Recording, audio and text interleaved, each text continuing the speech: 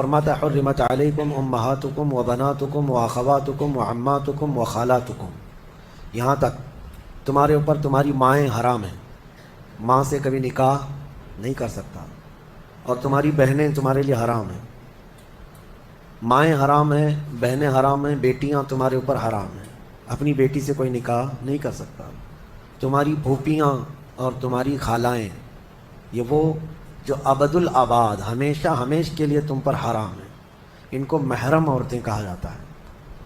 इनसे पर्दा भी नहीं है, बाप का अपनी बेटी से नहीं है, बेटे का अपनी माँ से नहीं है, इसी तरह बहन का भाई से नहीं है। ये महरम औरतें हैं जिनसे निकाह कभी नहीं हो सकता।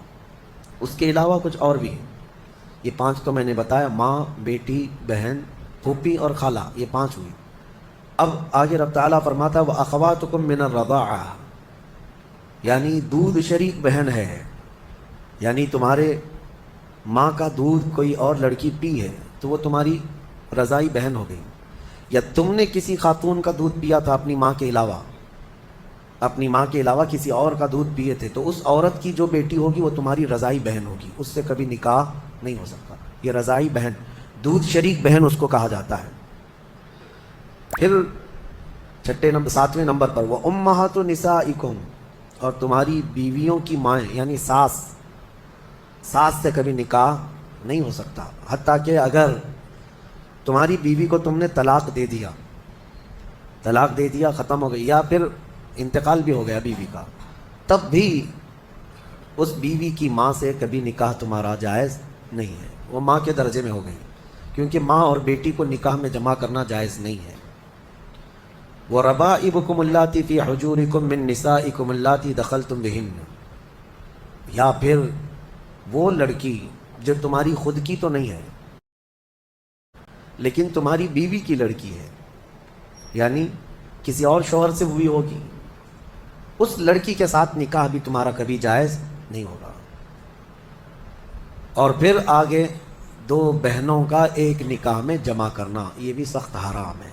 यानी एक औरत से निकाह किया था और उसी औरत की बहन से दोबारा एक ही निकाह में शरीक कर लिया, ज़िंदगी दोनों बहनों के साथ गुजार रहा है, तो वो सख्त गुनाह कबीरा में मुब्तला है, हराम है, ज़िना है, निकाह होगा ही नहीं, निकाह नहीं होगा।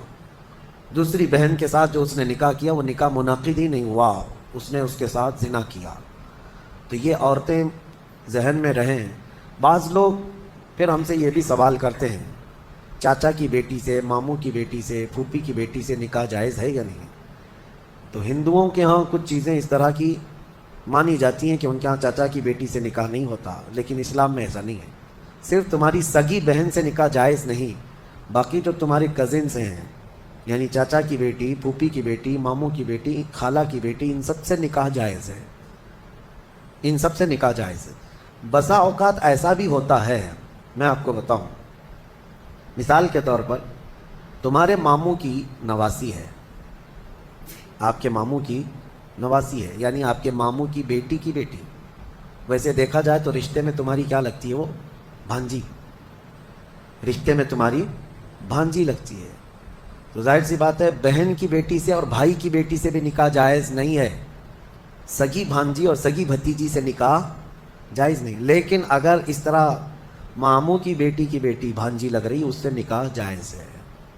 इसी तरह फूफी की नवासी या पोती है, उससे भी तुम्हारा निकाह जायज़ है, वो सगी भांजी या सगी भतीजी नहीं है।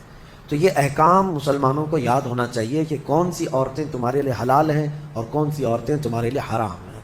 अब इनके अलावा जो औरतें मैंने बताया, यहाँ जो औरतें मैंने बताया, इन औरतों के अलावा जितनी भी औरतें हैं जिनसे निकाह तुम्हारा जायज़ है, उनसे पर्दा भी वाजिब है। ये बात याद रख लें, जिससे तुम्हारा निकाह हो सकता है उससे तुम्हारा पर्दा करना भी वाजिब है। ये हमेशा जहन में रहे, महरम औरतों से सिर्फ पर्दा नहीं है, बाकी गैर महरम जितनी भी औरतें, तुम्हारी चाचा की बेटियाँ, तुम्हारी फूफी की बेटियाँ, तुम्हारे मामू और खाला की बेटियाँ, जिनसे तुम्हारा निकाह जायज़ है, उनसे पर्दा भी ज़रूरी है, पर्दा ज़रूरी है। और इसी में शरीयत की पकड़ भी है, अल्लाह तबारक व तआला की बारगाह में इसकी पकड़ है।